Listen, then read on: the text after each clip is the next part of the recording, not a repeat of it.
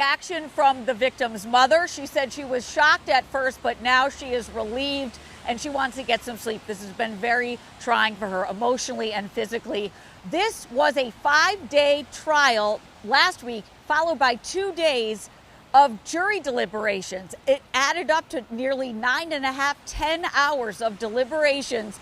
And in the 11th hour, late this afternoon, the jury rang the bell, said they had a verdict, and it was guilty across the board, guilty on all counts. Here is what this jury said this defendant is guilty of: that he and 2 others colluded early in the morning on October 27th of last year to shoot at another group. There was a gun battle in a parking lot in the unit block of West Hamburg Street in Federal Hill. They had an intended target, but they failed. They hit that man, injured him, but he survived. However, a bullet from their gun battle pierced the back of 19-year-old Cameron Holt's car, where she was just sitting in with her sister and her cousin. They had just gone out on a Saturday night. This was very early Sunday morning. It went through her back windshield and it struck her in the back of the neck. She died 2 weeks later at the hospital.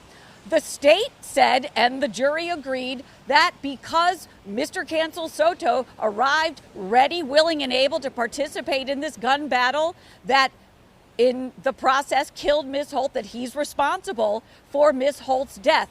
And that is why he was found guilty of first-degree murder. This jury, we need to say, worked very hard, very carefully, and very diligently. And at about 4 o'clock, asked for some clarification on how the law applies to these charges, asked for the judge to clarify transferred intent, exactly what that means and what exactly constitutes a crime of violence.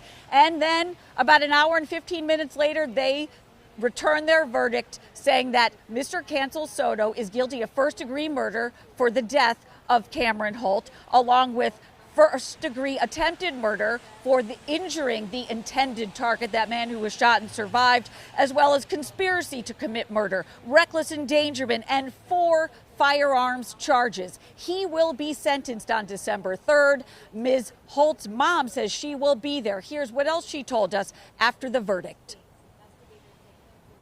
If you go out there and if you're breaking the law and,